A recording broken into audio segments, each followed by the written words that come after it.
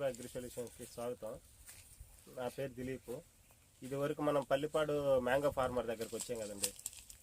ఆ ఫార్మర్ దగ్గరికి మనం ఇచ్చిన ట్రీట్మెంట్కి మనకి తేనె మంచి పురుగు అవ్వచ్చు, బ్లాక్ ట్రిప్స్ అవ్వచ్చు, వైట్ ఫ్లై అవ్వచ్చు, ఇవన్నీ పెస్ట్ మనకి పురుగుకి సంబంధించి మనం కెమికల్స్ ఇవ్వడం జరిగింది. ఇదివరకు మనకు ఆ తోట ఎలా ఉన్నింది, ఇప్పుడు ఏ విధంగా మారింది, మనం ఇచ్చిన మందులకి ఏదైనా రిజల్ట్ కనపడిందా లేదా, అక్కడ ఆ తోటను పర్యవేక్షించే రైతులు ఉన్నారు, రైతు పాటుగా వాళ్ళ దగ్గర పనిచేసే వాళ్ళు ఉన్నారు, వాళ్ళ మాటల్లోనే విన్నాం. కొద్దిగా ఒక సెకండ్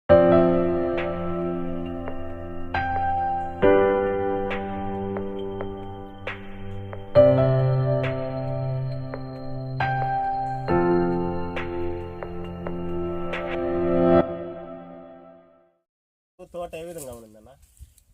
బాగా నలుపుగా పళ్ళగా ఒక ఇదిగా ఉండింది.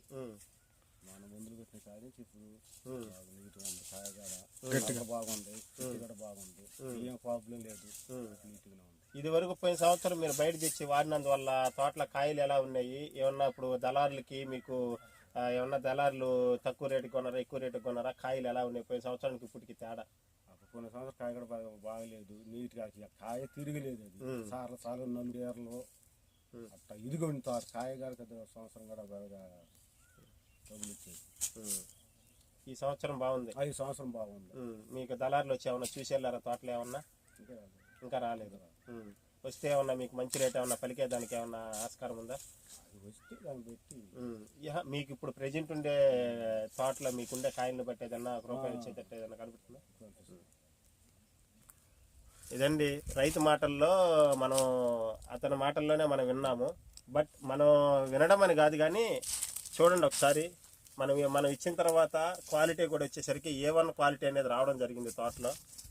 మన దృష్టికి వచ్చి అదే ఫార్మర్ వచ్చేసరికి ఈ టైంలో మనకి వెంటనే కాల్ చేయడం కూడా జరుగుతూ ఉంది.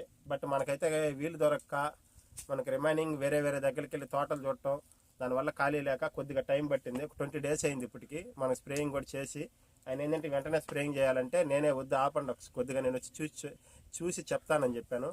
మన ఎస్ఎల్బి అగ్రి సొల్యూషన్స్ ద్వారా ఏంటంటే పెద్ద రైతులకు కానీ హార్టికల్చర్ వాళ్ళకి కానీ చెప్పొచ్చేది ఏంటంటే, ఏదైనా ఫీల్డ్ ఇప్పుడు ఏంటంటే టెక్నికల్ పర్సన్ ద్వారా వాళ్ళ పర్యవేక్షణలో తోటల్ని చూసుకొని సరైన కెమికల్స్ అనేది వాడుకోవటం జరిగితే ఈ విధంగానే రైతుకి లాభసాటిగా ఉండడం అనేది జరగద్ది. దీన్ని ఒకసారి దృష్టిలో పెట్టుకుంటారని కోరుకుంటున్నాను. One of the A grade quality, ఎన్ని ఎక్స్పోర్ట్ క్వాలిటీలు చెప్పు.